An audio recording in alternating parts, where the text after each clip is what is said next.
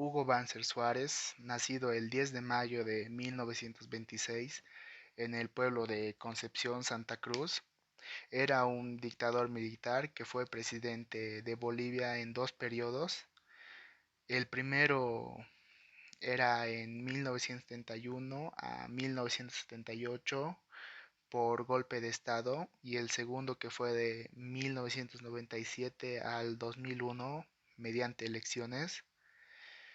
Bolivia, a partir de la revolución de 1952, fue un país bastante inestable en todo sentido, tanto en lo social, político y económico, y contaba con constantes marchas, manifestaciones y guerras civiles. Entonces Banzer entró al poder en 1971, derrocando al expresidente Juan José Torres con la ayuda de la alianza del MNR y la FCB, que era el Movimiento Nacionalista Revolucionario, y la Falange Socialista Boliviana. Este gobierno de Banzer ha sido perseguido porque tiene una posición contraria a esa dictadura que estaba manipulado desde los Estados Unidos.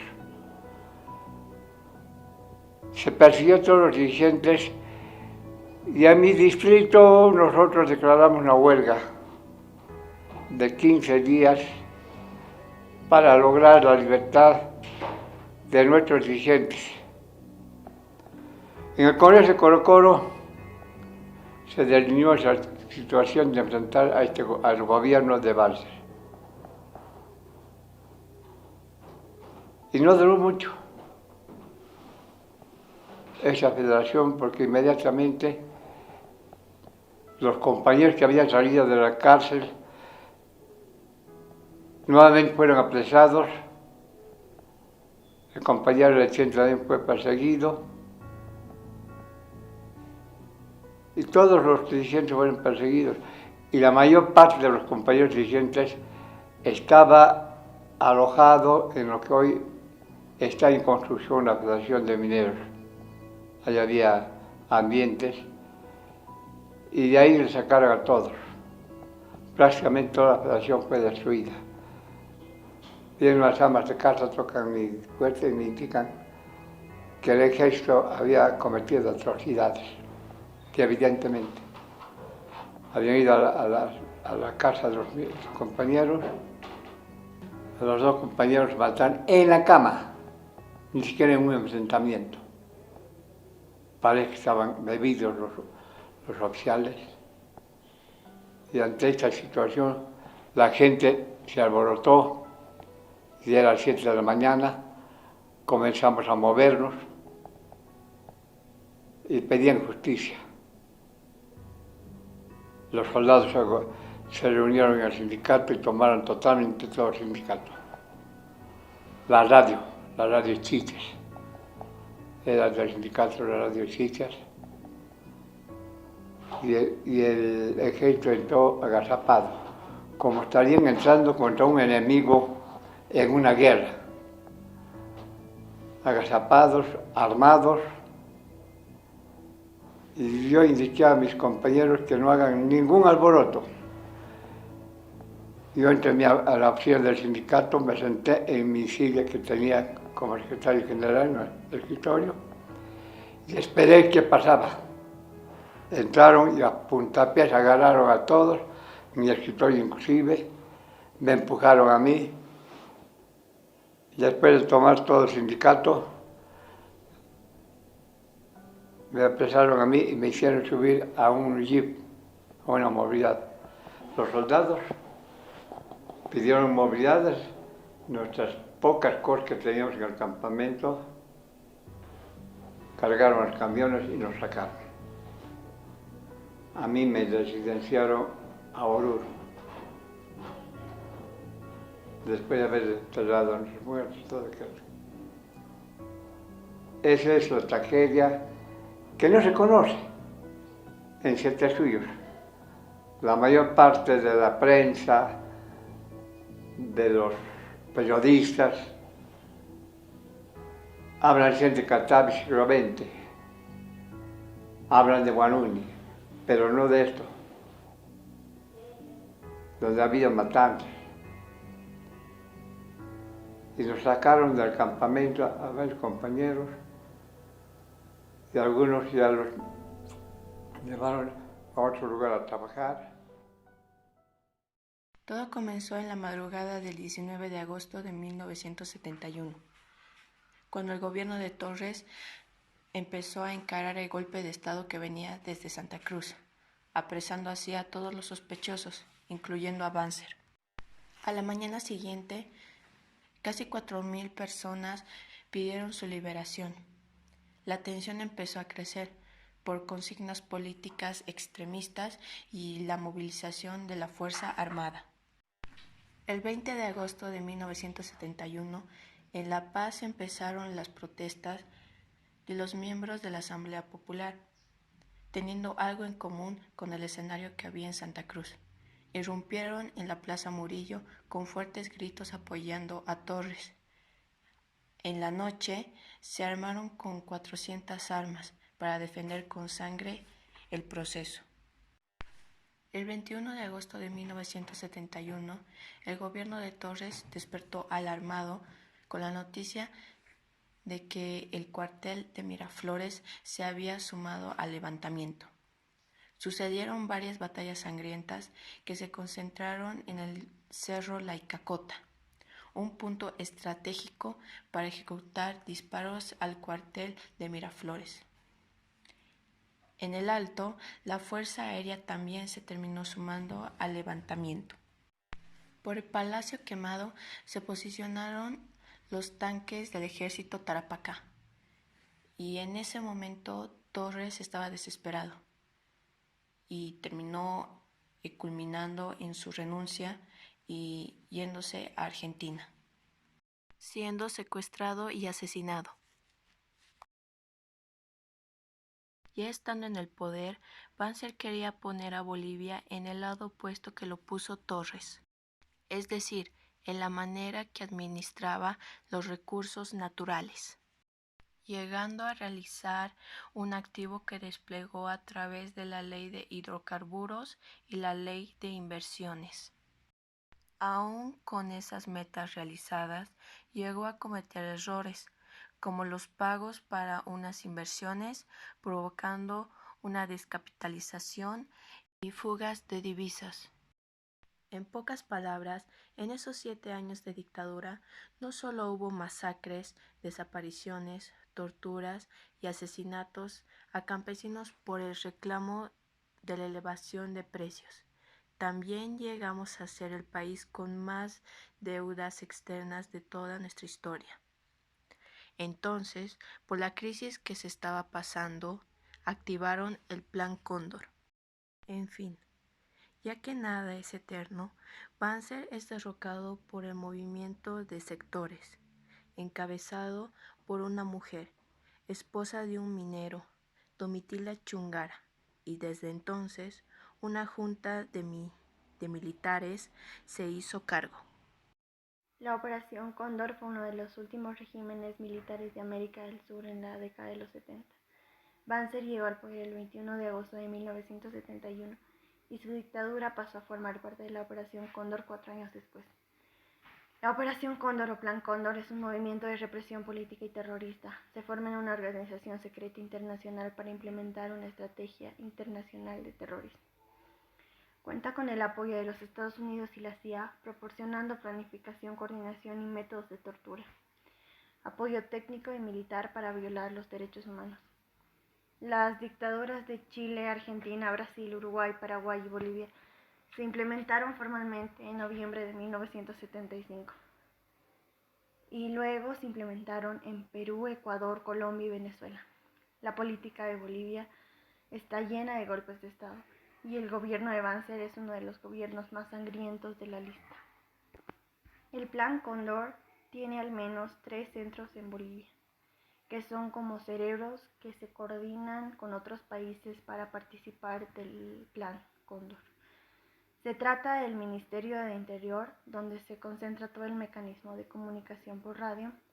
El segundo es el Ministerio de Orden Político, donde se realizan todas las operaciones de interrogatorio y seguimiento.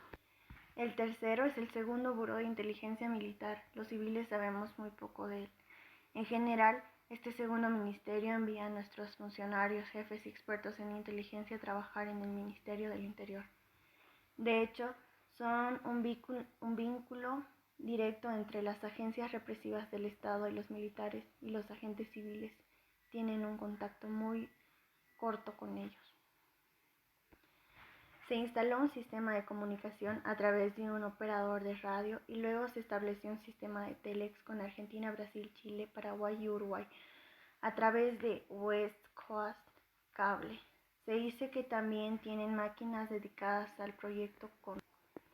Existe mucha evidencia de que Bolivia participó en el proyecto Cóndor y coordinó diferentes agencias represivas para este propósito. Todas las actividades de represión se llevan a cabo bajo la supervisión de Banzer, quien está a cargo del Departamento de Negocios de la Dirección General del Orden Político. El Ministerio del Interior se encarga del intercambio de información. También pone bajo custodia a los extranjeros y puede verificar la participación en investigaciones y traslado de detención. El abrazo de Charaña. En 1975, en la localidad de Charaña, se reúnen los presidentes Hugo Banzer de Bolivia y Augusto Pinochet de Chile para hablar de la propuesta Bolivia. El 19 de diciembre de 1975, Chile propone a Bolivia un canje de territorios. Era el permiso para poder utilizar las aguas del Lauca con toda totalidad. Chile quería que Bolivia le recompense monetariamente, pero tuvo que hablar con Perú por el protocolo complementario que habían firmado después de la Guerra del Pacífico, que era un acuerdo binacional. Perú no dijo nada e hizo una contrapropuesta, que complicó todo porque Perú proponía una soberanía tripartita al norte de Arica, y esa propuesta se opuso Bolivia. Y ni Chile ni Perú quisieron retirar las cosas que habían pedido, y cuando Perú hizo la propuesta, Chile la rechazó sin decir nada y no quiso negociar. En 1978 se rompen las relaciones bilaterales. Bueno, estoy junto al analista en temas internacionales Andrés Guzmán, conversando sobre uno de los temas también que ha cobrado repercusiones, además del doble aguinaldo, que enseguida también hablaremos de lo mismo. Aprovechando estos minutos sobre los archivos desclasificados de Estados Unidos y que tienen que ver con el tema de la demanda marítima. Exactamente. Cecilia lo quiere saludar. Buenas noches, bienvenido, gracias, lo escuchamos, César, adelante. Sí, como le estaba comentando a César, aquí se han desclasificado unos documentos que eran reservados hasta hace poco, en el cual el embajador de Estados Unidos en Perú le informaba al presidente Jimmy Carter sobre las negociaciones que se habían iniciado en Charaña para resolver el tema marítimo, y le informaba que esta es una causa muy popular, eso decía, y además que habría que apoyarla, ¿no? Y eso es lo interesante, eso de hecho es la novedad de este caso, que Estados Unidos estaba de acuerdo, o que por lo menos los asesores del presidente Jimmy Carter proponían apoyar esta moción, y de hecho nosotros ya conocíamos, o sea, ya se sabía que Chile había ofrecido soberanía, ¿no? Eso no es algo nuevo, digamos. Hay un actor acá, que usted lo menciona también, Andrés, que vale la pena mencionarlo y recalcar, porque son tres actores en realidad los que están involucrados en la demanda marítima. Claro. Chile, Bolivia y Perú. Perú conocía de esto, y es que es precisamente quien, el embajador de Estados Unidos en Perú, le hace conocer al presidente Jimmy Carter. Exactamente, porque las negociaciones no eran secretas, ¿no? Eran públicas, se conocía, el país entero sabía que el presidente Banzer se había reunido con Pinochet en Charaña, se habían abrazado y habían iniciado una negociación que iba a ser la más importante de todo el siglo XX, ¿no? Lo que era secreto era el mensaje que mandó este embajador al presidente Jimmy Carter. Esa era la parte secreta. La negociación de Charaña siempre fue pública desde que comenzó, y de hecho comenzó con gran pompa, ¿no? Con la reunión de dos presidentes. Pero tenemos algunos cuadros para revisar, Cecilia, si nos permite, por favor. estos datos que nos ayudan, por favor, son complementarios a este tema. ¿Qué es lo que se sabía? ¿Qué es lo que se conocía de ese acuerdo de... A ver, vamos a revisar un poquito sobre qué pasó, cuáles son las acciones que hizo Bolivia.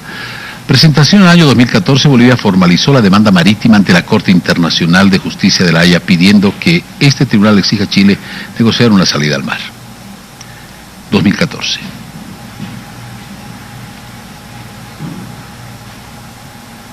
Otro aspecto que mencionar. Competencia. El 24 de septiembre la Corte declara que es competente para resolver o atender la demanda boliviana sobre el tema del mar. La contramemoria. El 13 de julio del 2016, Chile presenta su contramemoria a la demanda marítima. Estamos revisando estos detalles.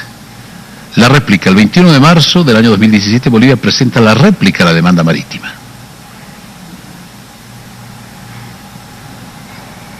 Y el 28 de octubre, Trump ordena la desclasificación de archivos relacionados a la muerte del expresidente John Fitzgerald Kennedy. Sin embargo, aún quedan pendientes otros miles de documentos que están bajo la revisión antes de ser publicados. Bueno, algunos de los elementos para recapitular lo que ha pasado con el tema de la demanda marítima. Ahora, ¿por qué en el gobierno de Donald Trump es que se decide desclasificar estos archivos? Hay un tiempo, ¿no?, en el que tienen que estar bajo reserva, me parece que son 50 años, y en cierto momento el presidente también tiene la potestad de decidir si se desclasifican o no, ¿no? Y ahora, bueno, obviamente esa ha sido la decisión. Entonces, es interesante lo que esto tiene que ver con la demanda, ¿no? Efectivamente, lo que Bolivia está planteando en la Corte es que Chile cumpla todos estos compromisos, y uno de ellos fue justamente el que se dio en las negociaciones de Charaña, cuando después de iniciar una negociación, como te decía, con gran pompa, con mucha expectativa se generó en ese momento, comenzó las negociaciones y Bolivia hizo una propuesta a Chile que era de 10 kilómetros, justamente el corredor al norte de Arica, con 10 kilómetros de salida, y Chile aceptó esa propuesta, pero la redujo, ¿no?, a 8 kilómetros. Y después Chile le consultó al Perú si el Perú estaba de acuerdo con la propuesta de Bolivia, ¿no? Es decir, le preguntaba si estaba de acuerdo con 10 kilómetros, y Chile había ofrecido a Bolivia solo 8. Entonces, ahí comenzó... ¿Y qué respondió Perú? Una jugada, y eso es lo importante, ¿no?, que respondió. Pasaron varios meses y Chile, después de su consulta, Perú decidió responder con una contrapropuesta, ¿no? Es decir, no dijo ni sí ni no, sino que hizo una propuesta diferente a la que estaban negociando Bolivia y Chile. ¿Cuál fue la propuesta de Perú? La contrapropuesta peruana fue un territorio de soberanía compartida, tripartita, entre los tres países, ¿no? Un corredor que que era soberano de Bolivia hasta la carretera panamericana, y de ahí hasta la costa, un territorio compartido por los tres países, ¿no? El mar territorial sería de Bolivia dentro de ese territorio, y naturalmente la administración compartida, ¿no?, porque era la misma soberanía que se compartía. Entonces eso entramó las negociaciones, complicó las cosas, y Chile rechazó de plano esa contrapropuesta porque dijo que atañe a temas de soberanía, y ahí se paralizó porque Chile no hizo más, ¿no?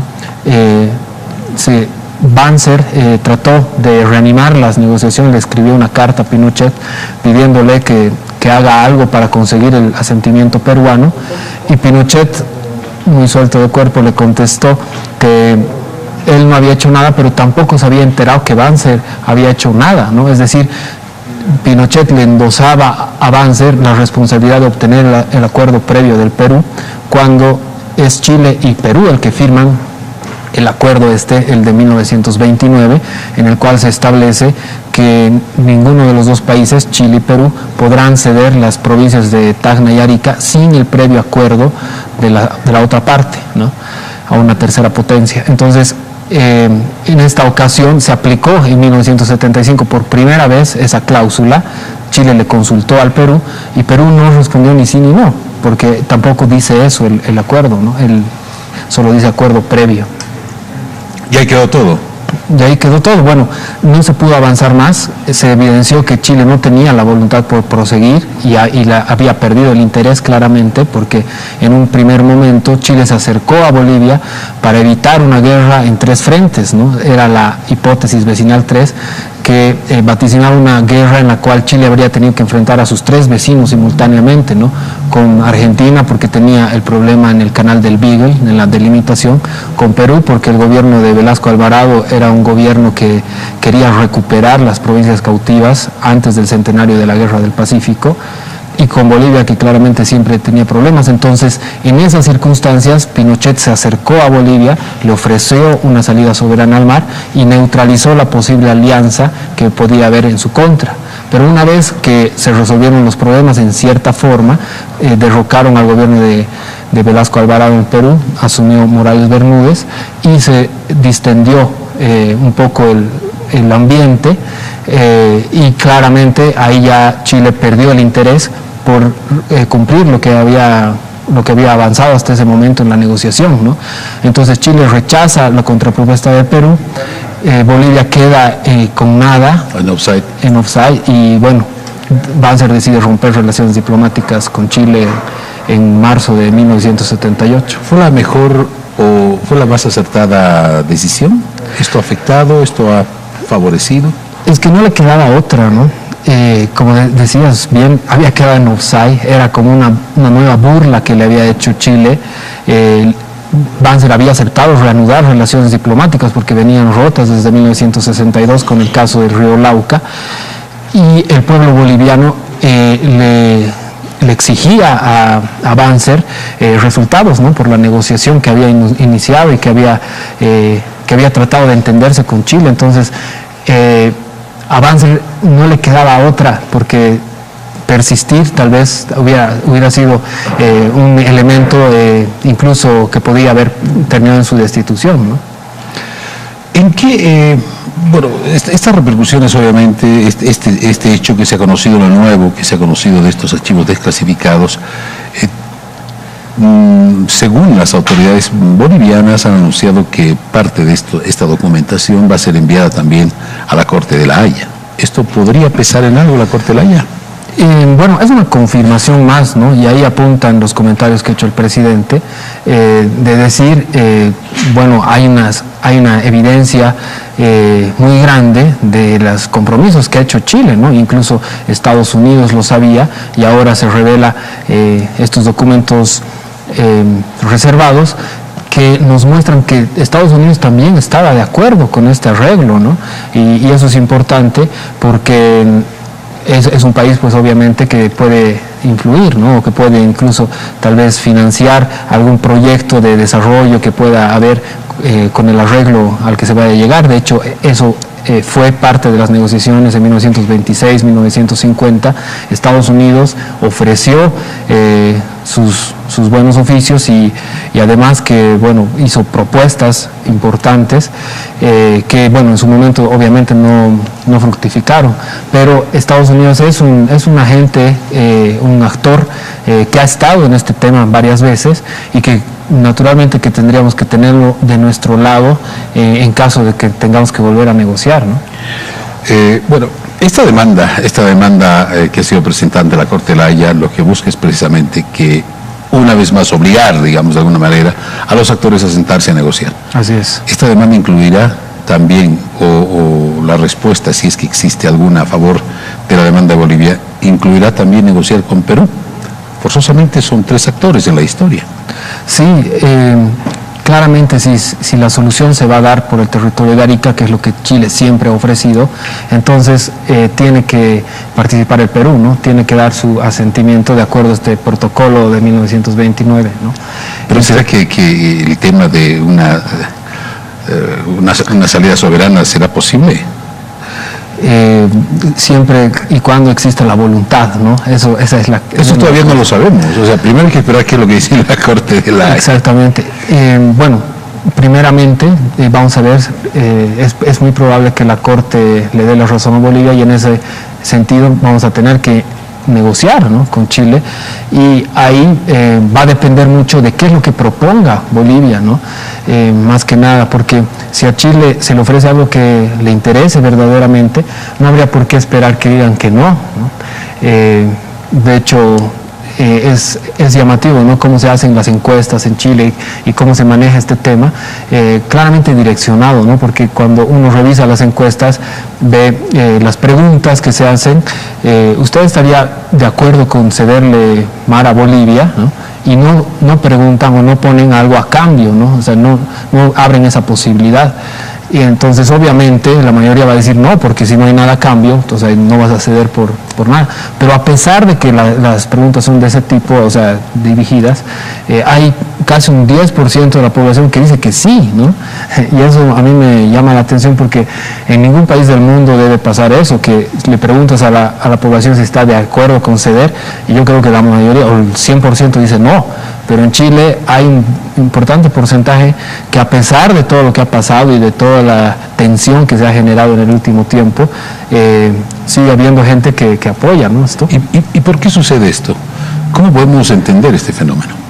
Bueno, porque la causa boliviana pues es apoyada, ¿no?, por eso, porque muchos chilenos consideran que su país ha cometido, bueno, pues una usurpación de territorios y que consideran justo devolver a Bolivia su salida al mar, ¿no? Yo creo que es eso, en el fondo es simplemente aplicar lo que ha pasado, ¿no? O sea, entenderlo desde la óptica un poco más progresista, si se quiere.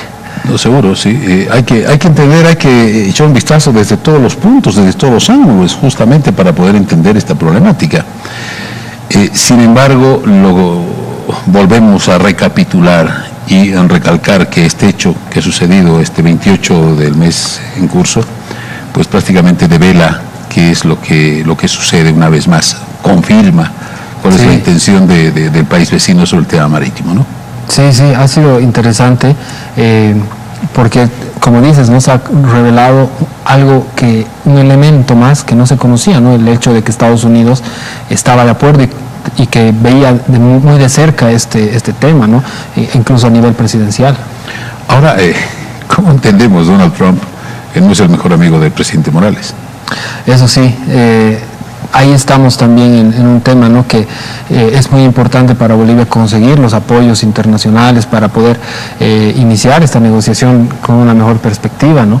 Pero claramente o no parece que eso se está tomando en cuenta, ¿no? Bueno, es lamentable porque tenemos que tener buenas relaciones con ciertos países que son estratégicos en esta negociación, ¿no?, como Brasil, Argentina, Estados Unidos, naturalmente, y claramente también el Perú, ¿no?, que es el principal país que podría incluso participar, como bien has dicho, y que en otras ocasiones, en otras negociaciones, hemos relegado o no hemos tenido en cuenta ese aspecto, ¿no?, el factor peruano. Así es. Gracias, Andrés Guzmán, analista en temas internacionales, para echar un vistazo. Había que analizar este tema, que también nos interesa, ha cobrado repercusiones. Gracias, Andrés, como siempre. Gracias, César, un gusto.